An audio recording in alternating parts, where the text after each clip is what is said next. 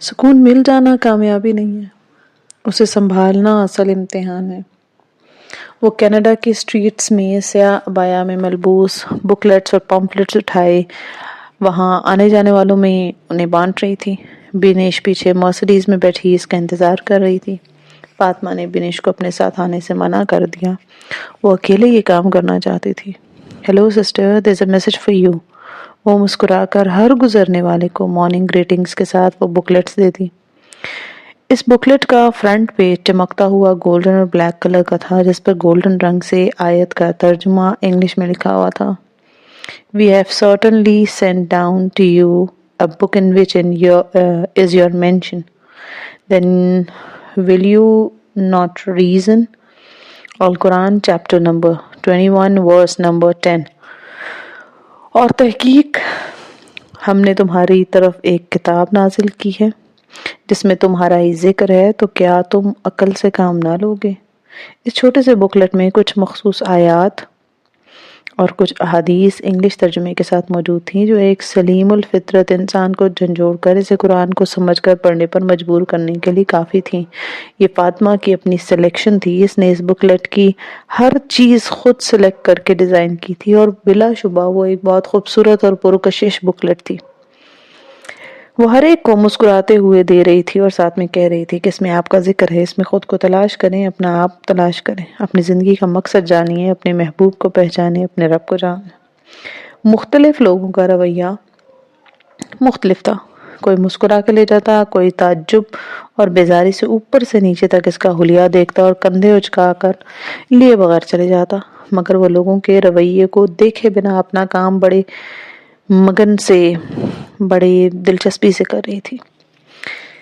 اس نے اب اپنا مشن بنا لیا تھا کہ جتنی بھی زندگی وہ اسے اپنے رب کی راہ میں وقف کرے گی، لوگوں کو رب سے جوڑے گی۔ اللہ کی نازل کردہ ایک آیت اس کی موٹیویشن بن چکی تھی۔ اللہ تعالیٰ فرماتا ہے کہ تم بہترین امت ہو جو لوگوں کے لیے پیدا کی گئی ہے، کہ تم نیک باتوں کا حکم کرتے ہو اور بری باتوں سے روکتے ہو اور اللہ تعالیٰ پر ایمان رکھتے ہو، اور اگر اہل کتاب بھی ایمان لاتے تو ان کے لیے بہتر تھا۔ ان میں ایمان لانے والے بھی ہیں لیکن اکثر تو فاسق ہیں۔ سورہ آل عمران آیہ 110۔ بہترین امت جس کا مقصد ہی لوگوں کو رہنمائی فراہم کرنا تھا، جس نے دنیا کو رب سے متعارف کروانا تھا، معاشرے میں نیکی کو عام اور برائی کو روکنا تھا۔ افسوس کہ امت اب اپنا مقام بھول چکی تھی، افسوس کہ وہ خود ان لوگوں میں شامل ہو چکی تھی کہ جنہیں رب سے متعارف کروانے کی ضرورت تھی۔ کتنی بڑی ذمہ داری ڈالی گئی تھی نا امت مسلمہ پر، اور کتنی آسانی سے بلا بیٹھی تھی امت مسلمہ۔ کتنا بڑا حساب دینا ہوگا اس ذمہ داری کو نہ نبھانے کا۔ وہ جب بھی سوچتی تھی نا، سوائے افسوس ندامت کے دامن میں کچھ نہیں ہوتا تھا۔ آج زندگی کے اسٹیج پر اگر وہ کھڑی تھی، یہ کام کر رہی تھی، تو اپنا فرض نبھانے کے لیے، اپنی ذمہ داری ادا کرنے کے لیے، کہ کم از کم کل اگر اللہ پوچھے تو وہ کہہ سکے ہاں اس نے اپنی حیثیت، اپنی ضرورت کے مطابق کوشش کی تھی۔ ہاں وہ بارش کا ایک ننھا سا قطرہ بنی تھی، جیسے ساری زمین تو سیراب نہ بھی ہوتی، البتہ کسی ایک چنٹی کی پیاس بجھانے، یا کسی بیج کو پھاڑنے، یا کسی پھول کے کھلنے میں، یا سمندر میں شامل ہو کر، سیپ میں داخل ہو کر موتی کے بننے میں اس کا بھی کردار ہے۔ وہ اپنے رب کے حضور ناکام نہیں ہونا چاہتی تھی۔ ایکسکیوز می، کیا میں 2 لے سکتی ہوں؟ کسی نے اس کے کندھے پہ تھپکتے ہوئے اسے پوچھا۔ اس نے چونک کر مڑ کر دیکھا۔ جینز سلیو لیس شرٹ پہنے، سنہرے بالوں اور نیلی آنکھوں والی لڑکی مسکرا کر اس کے جواب کی منتظر تھی۔ جی جی کیوں نہیں، یہ میسج آپ ہی کے لیے تو ہے۔ اس نے فوراً سے 2 بکلیٹس مسکراتے ہوئے تھما دیے۔ وہ لڑکی شکریہ ادا کرتے ہوئے وہاں سے چلی گئی۔ فاطمہ نے جھک کر اپنا بیگ اٹھایا تو وہ خالی ہو چکا تھا۔ اس نے الحمدللہ کہتے ہوئے مسکرا کر آسمان کی طرف دیکھتے ہوئے کہا، جیسے اپنے اس عمل سے اپنے رب کو گواہ بنایا ہو، اور آگے بڑھ گئی ہو۔ بینش نے مڑ کر اسے آتے دیکھا تو اونچی آواز میں پکارا، فاطمہ! فاطمہ جو کہ گاڑی کے قریب آ کر لڑکھڑا گئی تھی، بے ہوش ہو کر گر چکی تھی۔ آج تو حیدر بھیا انگلیاں چاٹیں گے، فاطمہ نے زنیشہ کو چھیڑتے ہوئے کہا، جو صبح سے کچن میں لگی ہوئی تھی اور لنچ ارینج کر رہی تھی۔ شادی کو 3 ہفتے ہو چکے تھے، آج وہ پہلی بار کچن میں جا کر خود اپنے ہاتھوں سے کھانا بنا رہی تھی۔ کیا پتہ انگلیاں چبائے بیٹھے، کیا پتہ ویسے بھی ان کی نگاہیں اب ہر دم زنیشہ میڈم کو ڈھونڈتی رہتی ہیں. مجھے تو لگتا ہے آج کے بعد کھانے میں بھی زنیشہ کے سوا انہیں اور کسی کا کچھ پسند نہیں آنے والا. اس نے ہنستے ہوئے زنیشہ کو چھیڑا جس پر وہ مسکراتے ہوئے شرما گئی. وہ دونوں دوبارہ اپنے کام میں مشغول ہو گئی. فاطمہ سے کھڑا نہیں ہوا جا رہا تھا. آج اس کے پیٹ میں صبح سے تکلیف تھی مگر وہ برداشت کیے ہوئے تھی. زنیشہ کے ساتھ کچن میں مسلسل کام کروا رہی تھی. وہ چیئر آگے گھسیٹ کر اس میں بیٹھ کے سیلڈ بنانے میں مصروف ہو گئی جبکہ سغرا زنیشہ کے ساتھ موجود اسے گائیڈ کرتی جا رہی تھی کہ کون سی ڈش کیسے بنانی ہے. آج وہ دونوں لڑکیاں بڑے دھیان سے سگر لڑکیوں کی طرح اپنے کام میں مگن تھی. سیلڈ بناتے ہوئے وہ اچانک پیٹ پر ہاتھ رکھ کر چیئر پر بیٹھے بیٹھے ہی جھکی. فاطمہ کیا ہوا؟ زنیشہ سارا کام چھوڑ کر فاطمہ کی طرف لپکی. فاطمہ مسلسل جھکی ہوئی تھی اور درد سے کراہ رہی تھی. فاطمہ کیا ہوا ہے؟ زنیشہ پریشان ہوتے ہوئے اس پر جھکی مگر وہ کچھ بول نہ سکی. درد کی شدت اتنی تھی کہ فاطمہ کی آنکھوں میں آنسو آ گئے اور ہونٹوں کو زور سے دانتوں میں دبائے کانپ رہی تھی. ماما، حیدر، سوغا جاؤ جلدی سے بیگم صاحبہ اور حیدر کو بلا کے لاؤ. زنیشہ نے پنجوں کے بل نیچے بیٹھتے ہوئے فاطمہ کو گھٹنوں پر ہاتھ رکھتے ہوئے کہا اور سب کو چھوڑ چھاڑ کرتے اس سے اوپر مسز ریان کے کمرے کی طرف بھاگی. فاطمہ مجھے بتاؤ تو صحیح کیا ہوا ہے؟ زنیشہ نے اس کے پیٹ پہ ہاتھ رکھتے ہوئے پریشان ہوتے ہوئے اس سے پوچھا مگر اس نے کوئی جواب نہیں دیا. شاید وہ دے ہی نہیں پا رہی تھی جواب. اچھا چلو اٹھنے کی کوشش کرو، روم میں چل کر لیٹو، شاید کچھ آرام آ جائے. اس نے کھڑے ہو کر فاطمہ کو پکڑتے ہوئے کہا مگر وہ اپنی جگہ سے ہل بھی نہیں پا رہی تھی. تکلیف بہت زیادہ تھی. فاطمہ کچھ نہیں بول پا رہی تھی. اس کے بہتے آنسو، اس کا سرخ ہوتا چہرہ اور کپکپاتے ہونٹ زنیشہ کو پریشان کر رہے تھے. اس نے فوراً فاطمہ کا ہاتھ ہٹا کر اس جگہ ہاتھ رکھا جہاں فاطمہ نے اپنا ہاتھ رکھا تھا. اسے فاطمہ کے پیٹ میں کچھ سخت سخت سا محسوس ہوا جس پر ہاتھ لگانے سے فاطمہ کی دبی دبی چیخیں نکل گئی. زنیشہ خود ڈاکٹر تھی مگر اس وقت اسے خود سمجھ نہیں آ رہی تھی کہ اصل ماجرا کیا ہے. کیا ہوا ہے فاطمہ بیٹا؟ مسز ریحان پریشانی سے کہتے ہوئے تیزی سے فاطمہ کی طرف لپکی. پیچھے سے حیدر بھی آ گیا. زنیشہ کے ساتھ ساتھ زنیشہ نے سارا معاملہ ان کو بتاتے ہوئے فاطمہ کو بازو میں اٹھا کر لاؤنج پر پڑے صوفوں پر جا کر لٹا دیا. یہ بے ہوش ہو چکے موم. زنیشہ نے اس کی گال تھپاتے ہوئے مسز ریحان سے کہا جو کہ حیرانی اور پریشانی کے ملے جلے تاثرات کے ساتھ رونے کے قریب تھی. حیدر نے فوراً سے پہلے ہاسپٹل فون کر دیا. اسے کیا ہو سکتا ہے اچانک؟ مجھے تو سمجھ نہیں آ رہی. مسز ریحان نے روتے ہوئے زنیشہ سے کہا. ریحان صاحب شادی کے دوسرے ہفتے ہی کینیڈا واپس جا چکے تھے جبکہ سیف پڑھائی کے سلسلے میں دوسرے شہر جا چکا تھا. آج کل بس گھر میں یہی 4 لوگ تھے. حیدر پریشانی کے عالم میں ایمرجنسی وارڈ کے چکر لگا رہا تھا. سب ڈاکٹرز کے باہر آنے کے منتظر تھے. اس نے ہمیں کچھ بتایا بھی نہیں کہ اس کے پیٹ میں کوئی درد ہے، کچھ ہے، جبکہ زنیشہ نے مسز ریحان کو اس کے پیٹ میں موجود کسی سخت چیز کے بارے میں بتایا تھا. اللہ کرے سب ٹھیک ہو جائے. میری تو اکلوتی بیٹی ہے، مجھے تو فکر کھائے جا رہی ہے. مسز ریحان مسلسل روتے ہوئے پیچھے دیوار سے سر ٹکا چکی تھی. ادھر ریحان صاحب بار بار فون کر کے حیدر سے فاطمہ کے متعلق دریافت کر رہے تھے مگر وہ کیا بتاتا. ابھی تو اسے خود کچھ علم نہیں تھا. کیسے لوگ ہیں آپ کو بالکل اندازہ نہیں ہوا کہ وہ بچی کتنے عرصے سے اس چیز میں مبتلا ہے. اس کی فیملی، ڈاکٹر ارسلان نے افسوس اور غصے کے ملے جلے تاثرات میں حیدر سے کہا. ڈاکٹر صاحب ہمیں واقعی اندازہ نہیں تھا کہ مسئلہ اتنا بڑا ہو گیا. مسز ریحان نے روتے ہوئے کہا. اس بچی کے پیلے رنگ گرتے وزن کو بھی آپ لوگوں نے نوٹس نہیں کیا؟ یقیناً اس کا کھانا پینا کم ہو چکا تھا. مسز ریحان منچے کیے ہی بیٹھی رہ گئی. کیا بتاتی کہ ریحان صاحب نے تو 1 مہینہ پہلے ہی یہ بات کہی تھی مگر اس نے سیریس نہیں لیا تھا. دیکھیں حیدر، آپ بھی اسی فیلڈ میں، آپ تو جانتے ہیں اس طرح کے کیسز میں ذرا سی کوتاہی کتنے بڑے نقصان کا سبب بن سکتی ہے. جی میں جانتا ہوں. خیر آپ اللہ سے دعا کیجیے کیونکہ معاملہ کافی سنگین ہو چکا ہے. 1-2 دن ہم مزید انہیں یہاں ٹریٹمنٹ دیں گے، مزید ٹیسٹ کریں گے، پھر انشاءاللہ کچھ فائنل بتا سکتے ہیں. جی بہتر، بہت شکریہ. حیدر ڈاکٹر ارسلان سے ہاتھ ملاتا ہوا مسز ریحان اور زنیشہ کے ساتھ باہر نکل آیا. اسے ہاسپٹل سے گھر آئے پورے 3 دن ہو چکے تھے اور اس نے خود کو کمرے میں بند کر رکھا تھا. مسز ریحان کھانا کھلانے آتی، اسے پیار کرتی مگر وہ خاموش ہو چکی تھی. مسلسل خاموش. بس وہ ایک جگہ ٹکٹکی باندھے دیکھتی رہتی تھی. کبھی کھا لیا تو 2-3 نوالے کھا لیے ورنہ وہ بھی نہیں کھاتی تھی. جب اسے اپنی بیماری کا پتہ چلا تو اس کا دماغ معاف ہو گیا. شاید ذہنی طور پر قبول کرنا اس کے لیے بہت مشکل ہو رہا تھا. اب وہ پہلے سے زیادہ کمزور ہوتی جا رہی تھی اور اس کی یہ حالت دیکھ کر اس کے گھر والے پریشان تھے. میں آخر کیا کروں؟ مجھے کچھ سمجھ نہیں آ رہا. نہ کچھ بولتی ہے نہ کچھ کھاتی ہے. مسز ریان نے روتے ہوئے اپنے ہاتھوں سے اپنے چہرے کو چھپاتے ہوئے کہا، ماں کی ممتا آج اس کی یہ حالت دیکھ کر تڑپ اٹھی تھی۔ تم پریشان نہ ہو، 1-2 دن تک فائنل رپورٹ آ جائے گی، پھر انشاءاللہ دیکھتے ہیں کہ آگے کیا کرنا ہے، ریان صاحب نے اپنی بیوی کو تسلی دیتے ہوئے کہا۔ دونوں ماں باپ کے چہروں پر 1 ہفتے میں ہی بڑھاپے کے اثر جو تھے وہ نمایاں ہو چکے تھے۔ لیور کینسر یہ کوئی عام بیماری نہیں ہوتی، ریان صاحب نے منہ میں بڑبڑاتے ہوئے کہا۔ ڈاکٹر ارسلان کہہ رہے تھے اسے کوئی چوٹ لگی تھی جس کا فوری علاج نہ ہونے کی وجہ سے وہاں انفیکشن ہو گیا، جس نے کینسر سیلز کی گروتھ کا راستہ ہموار کر دیا۔ مسز ریان اب سسکیاں لیتے ہوئے بتا رہی تھیں، جبکہ ریحان صاحب اس کی رپورٹس دیکھنے میں مصروف تھے۔ فون کی گھنٹی مسلسل بج رہی تھی۔ قرۃ العین اپنی ماں کے ساتھ ان کے روم کی سیٹنگ چینج کر رہی تھی۔ فون کی آواز سن کر وہ بھاگتی ہوئی آئی۔ اسے لگا شاید فاطمہ کا فون ہوگا، 2 ہفتے ہو گئے سے کوئی رابطہ نہیں ہو پایا تھا۔ کس کا فون ہے بیٹا؟ قرۃ العین کی امی نے اس سے پوچھا۔ امی پتہ نہیں، انون نمبر ہے، یہ کہہ کر اس نے فون اٹھایا اور دوبارہ کام کرنے لگی۔ فون اٹھا کر رکھ دیا تھا، فون مسلسل بجے جا رہا تھا، 1 مس کال، 2 3 5 7۔ اینی فون اٹھا لو، کیا معلوم کوئی ایمرجنسی ہو۔ امی کے کہنے پر اس نے فون اٹھایا مگر کچھ بولی نہیں۔ ہیلو، السلام علیکم، کیا میں قرۃ العین سے بات کر سکتی ہوں؟ آواز جانی پہچانی لگی۔ وعلیکم السلام، جی میں قرۃ العین بات کر رہی ہوں، آپ کون؟ میں فاطمہ کی والدہ مسز ریان بات کر رہی ہوں۔ بیٹا کیا آپ کچھ دیر کے لیے ہماری طرف آ سکتی ہیں؟ آنٹی سب خیریت ہے؟ فاطمہ ٹھیک ہے نا؟ آپ آ جائیں تو انشاءاللہ بیٹھ کر بات کرتے ہیں۔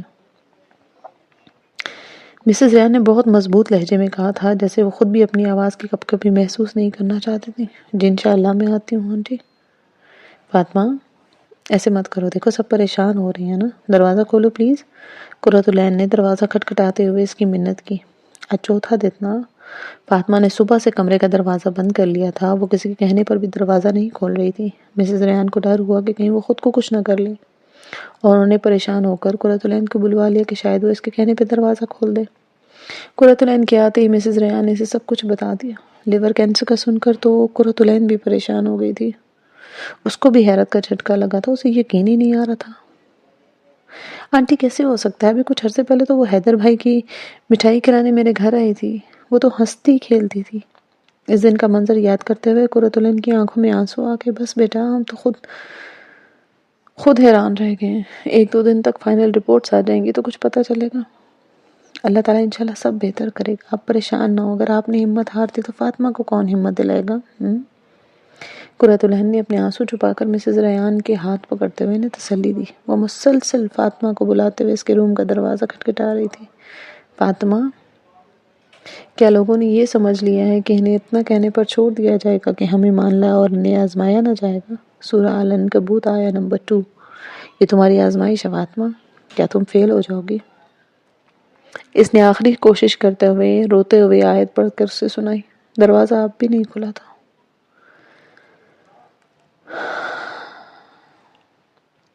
وہ آنسو صاف کر کے مایوسی کے تاثرات دیتے واپس پلٹی۔ زنیشہ اور مسز ریان جو پیچھے ضبط کرے کھڑی تھی، یہ سب منظر دیکھ کر بے اختیار رو پڑی۔ ابھی وہ 2 قدم آگے بڑھی تھی کہ پیچھے سے دروازہ کھلنے کی آواز آئی۔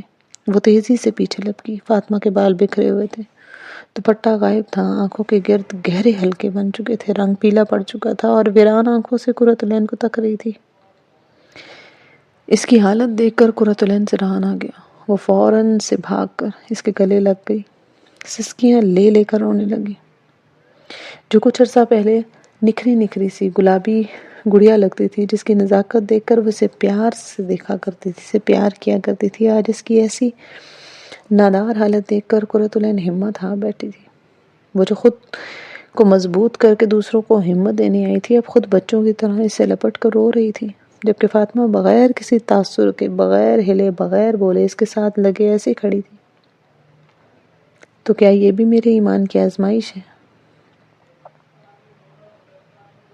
قرۃ العین کو لگا کہ جیسے اسے اس وقت نہیں کہنا چاہیے تھا۔ ادھر آؤ، پہلے بیٹھو ادھر۔ قرۃ العین نے فاطمہ کو کندھوں سے پکڑ کر اندر لے جاتے ہوئے بیڈ پہ بٹھایا۔ زنیشہ اور مسز ریان نے اندر آنا مناسب نہ سمجھا، لہٰذا فاطمہ کے کمرے کا دروازہ بند کر کے خود ہی باہر لاؤنج میں بیٹھ گئی۔ ہماری زندگی میں جو بھی ہوتا ہے نا، اللہ کی مرضی سے ہوتا ہے، اور اللہ کی مرضی اس کی حکمت میں مبنی ہوتی ہے۔ جانتی ہوں پھر جانتے ہوئے بھی یہ رویہ کیوں فاطمہ؟ مومن تو اللہ کی ہر رضا پر راضی رہتا ہے کہ جیسا کہ حدیث میں آتا ہے، مومن کے معاملے میں تعجب ہے کہ اس کے سب کاموں میں خیر ہے، اور یہ مومن کے علاوہ کسی کے لیے نہیں۔ اگر اسے کوئی نعمت اور آسانی نصیب ہوتی ہے تو شکر کرتا ہے، تو اس میں اس کے لیے خیر ہے، اور اگر اسے مصیبت آ پہنچے تو اس پر صبر کرے تو بھی اس میں خیر ہے۔ صحیح مسلم 2999۔ اب صبر کیا ہے کہ وہ جز فضا نہیں کرتا، شکوے نہیں کرتا کہ میرے ساتھ ایسا ہی کیوں ہوا ہے، میرے ساتھ تو ایسا نہیں ہونا چاہیے، بلکہ وہ راضی برضا رہتے ہیں میرے رب کی رضا میں، میری مرضی، میں راضی۔ پھر وہ مصیبت بھی اس کے لیے خیر کا سبب بن جاتی ہے نا۔ مصیبت کیسے خیر کا سبب بن جاتی ہے قرۃ العین؟ وہ اس طرح کہ جب ہم صبر کرتے ہیں تو اللہ خوش ہوتا ہے کہ میرا مومن بندہ اتنے سخت حالات میں بھی کوئی شکوہ نہیں کر رہا، بدگمان نہیں ہو رہا، لہٰذا اس آزمائش کے بدلے اس کے درجات بلند کیے جاتے ہیں، اس کے ایمان میں اضافہ کیا جاتا ہے، اس کے دل کو سکون دیا جاتا ہے، اس کا اپنے اوپر توکل مضبوط ہوتا ہے، حتیٰ کہ اس کے گناہ بھی معاف کر دیے جاتے ہیں۔ وہ حدیث یاد ہے نا، مومن کو ایک کانٹا بھی چبھے تو اس کے بدلے اس کے گناہ معاف کر دیے جاتے ہیں، گناہ مٹا دیے جاتے ہیں۔ تو اب چونکہ یہ آزمائش آ چکی ہے، لہٰذا اسے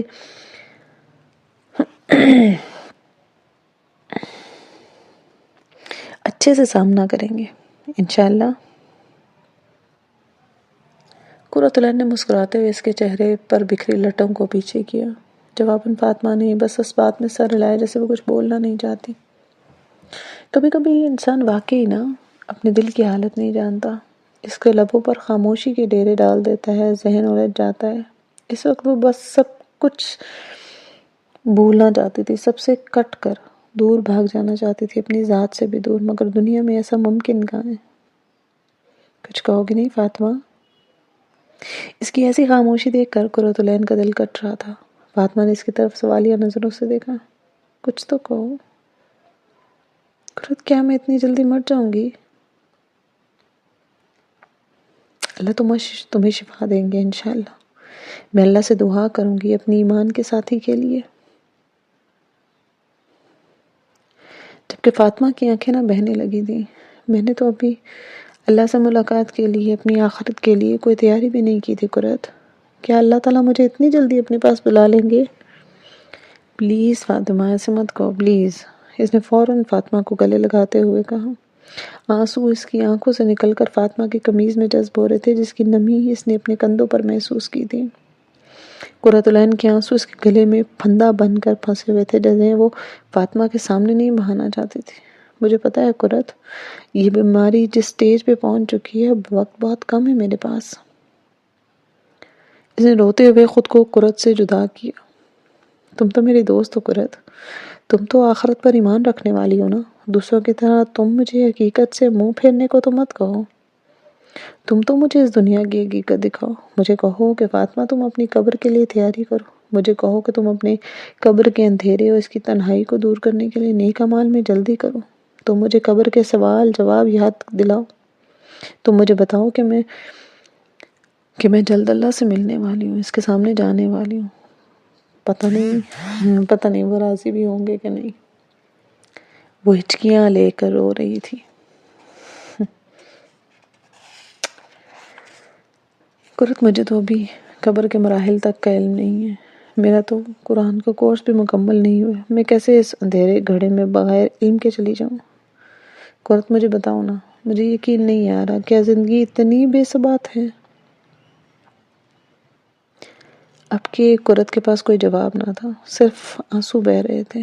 قرۃ، کیا بابا حیدر اور سیب بھیا مجھے قبر میں ڈالیں گے؟ کیا مجھے سب اکیلا چھوڑ آئیں گے ادھر مٹی میں، اندھیرے میں؟ میں تو ادھر نرم بستر پہ سوتی ہوں نا۔ قرۃ، میں تیار نہیں ہوں، ابھی میں بالکل بھی تیار نہیں ہوں۔ پلیز اللہ سے کہو تھوڑا ٹائم اور دیں، تھوڑے سال اور۔ میں بالکل وقت ضائع نہیں کروں گی، میں اپنی ہر بری عادت، اپنا ہر گناہ چھوڑوں گی، ہر لمحہ نیکیاں کروں گی، میں لمحے لمحے اس کو راضی کرنے کی کوشش کروں گی۔ ابھی تو میرے پاس کچھ بھی نہیں ہے، کچھ بھی نہیں۔ پلیز قرۃ، تم دعا کرو، وہ تمہاری دعا ضرور سنیں گے۔ تم تو اللہ کی پیاری اور نیک بندی ہو نا، تم کہو نا اس سے۔ وہ سسکیاں لیتے ہوئے اس کا ہاتھ زور سے پکڑتے ہوئے اس کی گود میں جھک گئی تھی۔ قرۃ العین اس کے ساتھ لگ کر رو رہی تھی۔ اللہ میری دوست کو شفا دے، اللہ فاطمہ کو ٹھیک کر دے، پلیز پیارے اللہ۔ وہ دبی دبی سسکیوں میں فاطمہ کی کمر پر سر رکھے اللہ کو پکار رہی تھی۔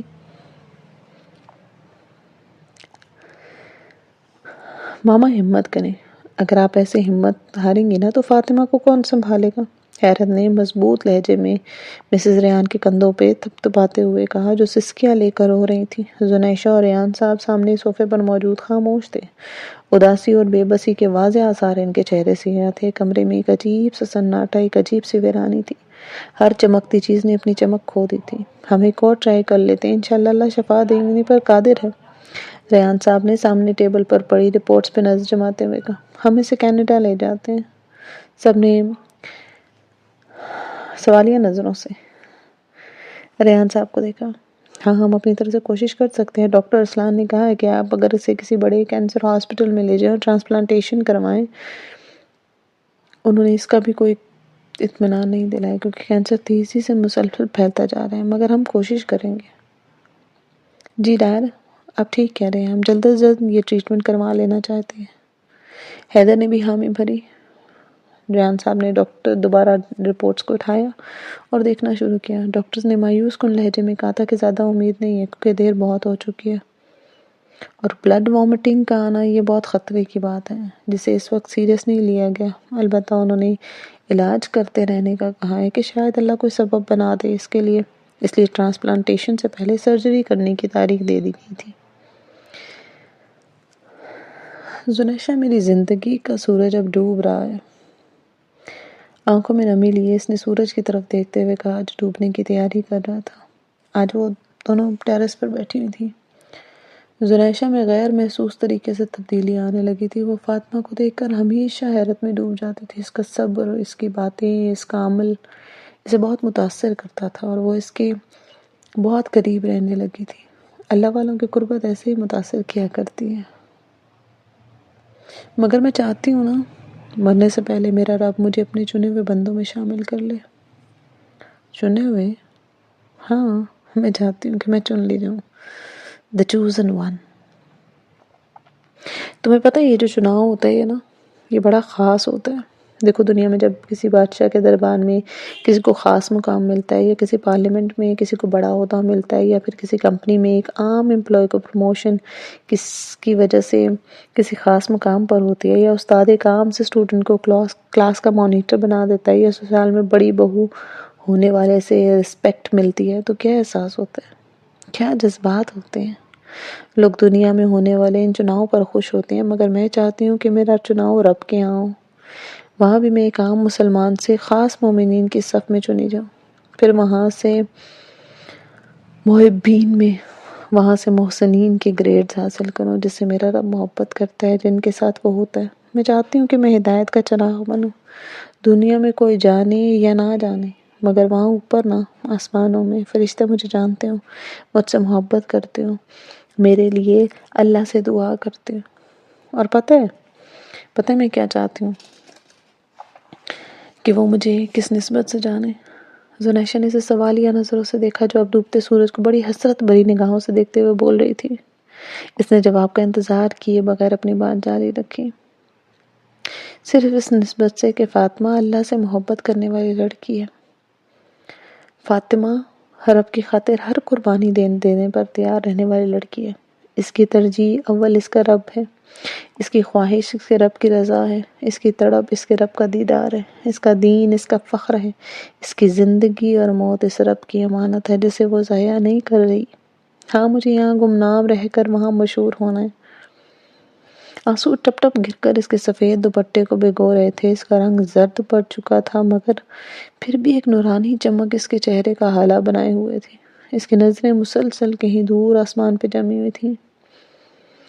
اور زنیشہ بس خاموش بیٹھی تھی۔ شاید وہ خاموش رہ کر فاطمہ کی باتیں سننا چاہتی تھی۔ فاطمہ کے خاموش ہونے پر اس نے بھی آسمان کو دیکھا جہاں سورج ڈوب چکا تھا۔ ایک حسرت بھرا سوال تھا اس کی آنکھوں میں، اس کے دل میں۔ کیا وہاں آسمانوں کے پار زنیشہ کو بھی کوئی جانتا ہوگا؟ اگر آپ کو آج کی ویڈیو اچھی لگی ہو تو do like share comment and subscribe to my YouTube channel. ملتے نیکسٹ ایپیسوڈ میں، تب تک اپنا خیال رکھیے. اللہ حافظ.